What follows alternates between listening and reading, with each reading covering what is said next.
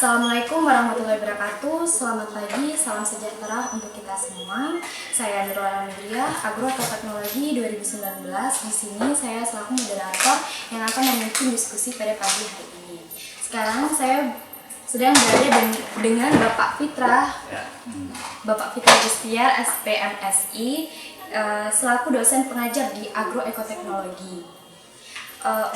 Sebelumnya saya persilahkan kepada Bapak Fitra untuk memberikan sambutan. Oke. Assalamualaikum warahmatullahi wabarakatuh. Perkenalkan, jadi saya Fitra Gustiar.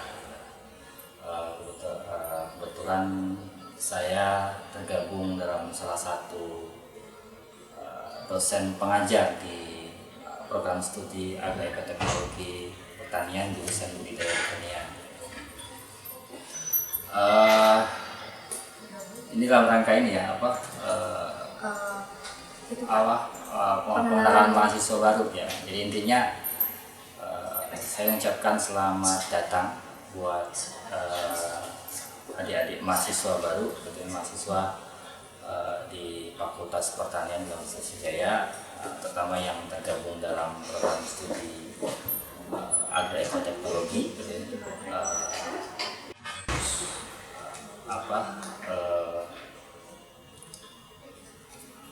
Tinggal ini jadi ini intinya selamat datang di sini.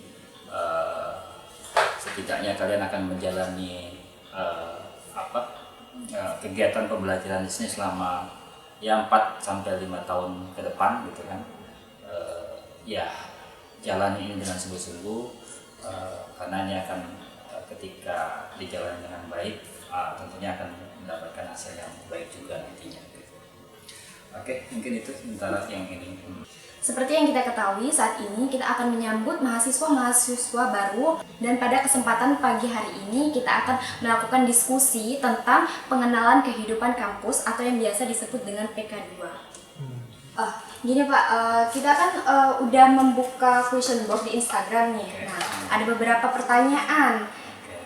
Pertanyaan yang pertama nih Pak, dari @AdamSW30_.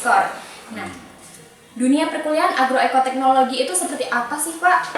Apa yang membuat agroekoteknologi menarik di pertanian? Jadi program studi agroekoteknologi ini itu kan salah satu program studi yang ada di Fakultas Pertanian gitu ya. Kalau di Universitas Wijaya itu ada kalau di bidang pertanian itu ada program studi agronomi, ada program studi tanah, ada program studi hama proteksi tanaman gitu kan. Dan ada juga program studi pendukung yang ini ada perikanan, ada peternakan, sama teknologi pertanian. Nah, khusus untuk agroteknologi ini itu sebenarnya program studi yang cukup unik gitu ya, unik dan general gitu. Jadi pokok bahasan yang kita punya itu sebenarnya program studi ini merangkul berbagai program studi yang ada di pertanian gitu kan, terutama program studi ilmu tanah, agronomi, dan hama penyakit tanaman gitu. Jadi 3 program studi ini sebenarnya ada di program studi IT gitu kan. Jadi memang secara ini kekhususannya itu belum di awal gitu ya. Jadi kita tapi nanti pas di semester 3, semester 4 di semester 3 ke atas kita baru akan mau melihat peminatan mahasiswanya, bukan peminatan bahasanya mungkin. Minat dari mahasiswa ini sebenarnya lebih kemana arahnya. Jadi mahasiswa IT, mahasiswa agroteknologi itu nanti bisa mendalami bidang kajiannya terkait budidaya tanaman, atau bisa juga terkait dengan kesuburan tanah, ataupun justru lebih ke hama penyakitnya. Nah, itu kita serahkan kepada mahasiswa nanti gitu kan. Nah, ini sebenarnya merupakan bentuk dari kampus merdeka yang dicanangkan oleh pemerintah, oleh Kementerian Kemendikbud, bahwa kita ada istilah kampus merdeka, merdeka belajar. Nah, jadi sebenarnya IT ini kita udah menjalani itu gitu kan. Jadi kita sudah belajar di program studi tempat lain gitu kan, tapi nanti kita serahkan ke mahasiswanya nanti. Jadi kalau seandainya pada semester ketiga itu kalian sudah tahu minatnya itu mau mengkaji tentang kesuburan tanah, nah itu kita akan arahkan ke kesuburan tanah. Dan pengajarnya untuk program IT ini, program studi ini, itu justru dari seluruh program studi yang ada di Fakultas Pertanian. Jadi dari agronomi itu juga pengajar prodi IT, dari ilmu tanah juga mengajar juga di sini, baik pun juga dari dari proteksi dari hama penyakit tanaman juga jadi dosen pengajar di program studi IT. Jadi kita hampir seluruh keilmuan mungkin akan ada di program studi IT. Mungkin itu yang ini. Ya, baik, terima kasih. Dan selanjutnya ini ada dari Ed Indan. Nah, saya ketahui kan agroekoteknologi ini mencakup 3 jurusan ya Pak? Ya. Apa yang latar belakangi sehingga agroekoteknologi itu bisa terdiri atas 3 jurusan? Oke. Nah itu yang saya bilang tadi, itu menarik bahwa ada 3 jurusan yang ada di sini gitu ya. Karena secara ini memang secara administratif kita itu berada di bawah tata kelola di jurusan budidaya pertanian. Tapi memang itu yang saya latarkan tadi, bahwa dulu memang ada kebijakan penggabungan jurusan itu. Jadi jurusan itu digabungkan menjadi satu jurusan agroekoteknologi. Itu kebijakan pemerintah zaman dulu. Nah, balik lagi ke sini, itu ternyata memang kebijakan berubah lagi. Tetapi program studi IT itu masih ada, dan dan tip pengajarnya juga masih sama gitu kan. Walaupun dengan IT terbentuk, masih sudah terbentuk, kemudian program studi yang dulu, yang jurusan yang dulu itu yang kayak jurusan budidaya pertanian, jurusan tanah, jurusan proteksi itu terbentuk kembali. Akhirnya makanya nanti setelah itu jurusan kita akhirnya digabungkan di jurusan BDP gitu kan. Jadi maksudnya itu karena latar belakangnya itu kita tuh asalnya dari 3 jurusan gitu kan, memang karena penggabungan jurusan kemudian itu juga terpecah lagi, jadi makanya tetap sampai sekarang kita pertahankan kajian yang ada di program studi IT ini gitu. Dan tapi memang kajian yang diarahkan dalam kegiatan IT ini, program studi IT ini lebih ke pertanian berkelanjutan, pertanian sustainable agriculture. Jadi kajian-kajiannya lebih banyak diarahkan ke sana. Kalau misalnya tanah, bagaimana meningkatkan kesuburan tanah dalam pupuk organik. Kalau di hama penyakit, bagaimana kajiannya tentang pengendalian hayati gitu kan. Itu yang lebih banyak kita tekankan di program studi agroekoteknologi. Dan selanjutnya ini ada dari @elma_es. Ya. Untuk mata kuliah yang dipelajari di agroekoteknologi itu seperti apa ya Pak? Apa mata kuliah umum masih dipelajari pada saat perkuliahan agroekoteknologi? Oke. Nah, untuk mata kuliah di IT itu sebenarnya bukan di IT kan, di Unsri, di Universitas Jaya secara umum itu awalnya mungkin sama gitu kan. Jadi mata kuliah umum itu masih kita pelajari untuk di awal semester.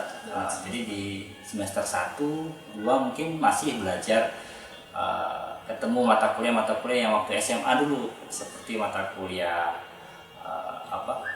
kewarganegaraan, mata kuliah bahasa Inggris, bahasa Indonesia, itu masih ketemu gitu kan. Tapi di awal semester awal, semester pertama itu sudah mulai diperkenalkan dengan dunia pertanian. Ada mata kuliah botani biasanya di semester awal, kemudian dasar-dasar agronomi itu dari semester awal. Kemudian pada semester kedua Dan ketiga, sudah mulai lebih banyak mata kuliah yang penjurusan ke pertanian ya. Kemudian baru semester ketiga itu akan lebih fokus pada mata kuliah penelitian kalian gitu. Jadi mahasiswa ini sudah jangan samakan lagi dengan kayak ini ya, ke sekolah waktu SMA gitu kan. Waktu kalau SMA semuanya sudah diatur sama guru gitu kan. Sama guru, kamu harus ngambil ini, harus selesaikan, pokoknya dalam satu tahun selesai gitu kan. Nah, kalau berbeda dengan di perkuliahan gitu. Kalau di perkuliahan ini semuanya sudah diatur, akhirnya nanti kita sendiri yang akan menentukan apa yang akan keahlian apa yang harus kita ambil dari sini gitu kan. Misalnya nanti terutama di IT gitu, misalnya nanti kita pengen lebih menguasai tentang budidaya dengan sistem hidroponik, yaitu pada semester ketiga mata kuliah hidroponik diambil, kemudian berbagai mata kuliah pendukung itu diambil gitu ya. Ataupun juga nanti kalau ada mata kuliah yang di jurusan yang lain ataupun di fakultas lain yang mendukung tentang bidang keahlian itu bisa diambil. Itulah yang nama konsep kampus Merdeka Belajar. Jadi kita bisa menentukan apa sih minat kita sebenarnya, dan pasti program studi fakultas itu akan mensupport itu gitu. Jadi pun nanti kalian akan magang di mana itu kita akan support gitu. Jadi misalnya kalian pengen magang di perkebunan kelapa sawit atau di perkebunan tebu gitu, itu kita akan support itu gitu kan. Ada beberapa yang sudah melakukan MOU dengan universitas, itu akan lebih mudah gitu kan. Ataupun nanti tempat yang baru itu kan kita akan support untuk hal-hal pemagangan dan macam-macam. Mungkin itu. Iya, baik, terima kasih. Untuk yang selanjutnya itu ada dari @Anissa.aw. Untuk presentasi teori dan praktek di praktikum agroekoteknologi itu kira-kira berapa ya Pak? Oke, menarik pertanyaannya. Jadi di Fakultas Pertanian lah secara umum gitu kan, kita sama rata-rata mata kuliah kita itu ada, nanti kalau ini diperkenalkan sistem SKS yang ada di Fakultas Pertanian gitu ya, di Unsri lah gitu ya. Bahwa umumnya mata kuliah yang kita ampuh itu mata kuliahnya 3 SKS. Jadi kalau 3 SKS itu sebenarnya kalau pengaturannya itu 2 SKS-nya itu ada di teori di kelas dan 1 SKS-nya itu di lapangan gitu kan. Jadi praktikum, 1 SKS-nya itu praktikum. Jadi yaitu ada porsi ya sekitar 30% itu 1 SKS-nya itu praktek di lapangan gitu. Jadi 2 SKS-nya itu lebih full di kelas belajar teori secara ini, tapi kita dalam 1 SKS-nya itu ditentukan oleh praktikumnya gitu. Praktikumnya itu ya di lapangan. Jadi bisa di lapangan dalam artian itu di laboratorium, baik itu laboratorium lapangan atau laboratorium yang memang di lab ya, fisiologi segala macam. Selanjutnya itu ada dari @Daniel Fikri. Kompetensi apa saja yang didapat setelah lulus dari agroekoteknologi nanti, Pak? Nah, lalu apa saja prospek kerja dan jaringannya, Pak? Oke. Jadi kalau dalam ininya gitu kan lulusan dari program studi ini sebenarnya kita harapkan nanti itu menjadi ada beberapa ini yang menjadi targetan kami. Itu yang pertama itu menjadi manajerial gitu. Jadi di kegiatan-kegiatan pertanian atau perkebunan. Jadi lulusan-lulusan yang ini ya udah banyak juga yang bekerja di perkebunan, di pertanian ini ya di tingkatan manajer lah ya, manajer yang mengatur bagaimana kan ini karena strata 1 itu di bagian tingkat manajer. Kompetensi yang lain itu wirausaha gitu kan. Jadi kita juga berharap lulusan-lulusan dari IT ini bukan hanya bisa bekerja tapi juga membuat lapangan pekerjaan, dan itu juga didukung oleh universitas. Jadi ada mahasiswa nanti pada semester kedua, semester ketiga itu sudah mulai di program, ada program universitas, ada nama program kewirausahaan, dan itu dimodalin oleh universitas gitu kan. Dikasih modal oleh universitas untuk melakukan usaha. Kalian dilatih untuk membuat proposal, dan itu nanti akan direview oleh tim review, dan itu akan dibiayain oleh mereka. Jadi dan itu yang memang mendukung dari program dari kompetensi yang akan kami bentuk di program studi ini gitu. Nah, nanti untuk program kewirausahaan malah sampai ke tingkat nasional pun ada pembiayaannya, kalaupun itu lolos seleksi ya. Artinya ada usulan usaha yang bagus dan akan diusulkan gitu, kemudian dipresentasikan, nanti lulus seleksi, itu akan dibiayai oleh ini. Nah, itu salah satu kita. Itu yang kedua. Yang ketiga itu sebagai peneliti gitu ya. Jadi lulusan-lulusan ini dari IT itu diharapkan bisa menjadi peneliti ataupun jadi pendidik sebetulnya. Jadi banyak juga lulusan kita, lulusan dari IT ini itu yang setelah lulus itu menjadi peneliti di lembaga penelitian ataupun menjadi pendidik, jadi guru di SMK ataupun jadi dosen di berbagai perguruan tinggi gitu kan, terutama di bidang pertanian gitu ya. Nah, yang lain yang ini itu sebagai konsultan lingkungan karena itu tadi saya bilang IT ini berbasisnya pertanian kelanjutan, itu akan lebih banyak memperhatikan pertimbangan lingkungan. Makanya nanti kompetensinya itu tentang, salah satu kompetensinya itu sebagai konsultan lingkungan di bidang pertanian utamanya ya, lebih banyak ya. Yang lain lagi, yang terakhir itu kompetensi yang diharapkan untuk dicapai dari lulusan ini itu sebagai penilai kegiatan pertanian. Nah, makanya lulusan IT banyak juga yang kerja di perbankan gitu ya, karena di perbankan itu ada unit yang harus menilai menilai konsumennya apabila harus dikasih kredit. Oke, baik. Selanjutnya ada dari Arif Nugroho. Untuk sistem pembelajaran di agroekoteknologi itu seperti apa ya, Pak? Oke. Sebenarnya sama dengan ini ya, untuk sistem pembelajaran yang ada di Fakultas Pertanian secara umum sebenarnya. Kalau untuk sistem pembelajarannya, yaitu yang saya bilang sebelumnya tadi bahwa ada sistem SKS gitu, ada 2 SKS di dalam ruangan, kemudian 1 SKS di praktikum gitu kan, praktikum di lapangan untuk praktek gitu. Jadi terkait kalau pertanian organik ya ada sesi 100 jam per minggu itu harus belajar di dalam 100 menit maksud saya tadi, itu belajar di dalam ruangan gitu kan, secara teori gitu kan. Kemudian ada sesi yang praktikum di ini, 1 SKS-nya itu praktikum di lapangan gitu. Nah, memang untuk saat pandemi ini terutama gitu kali ya,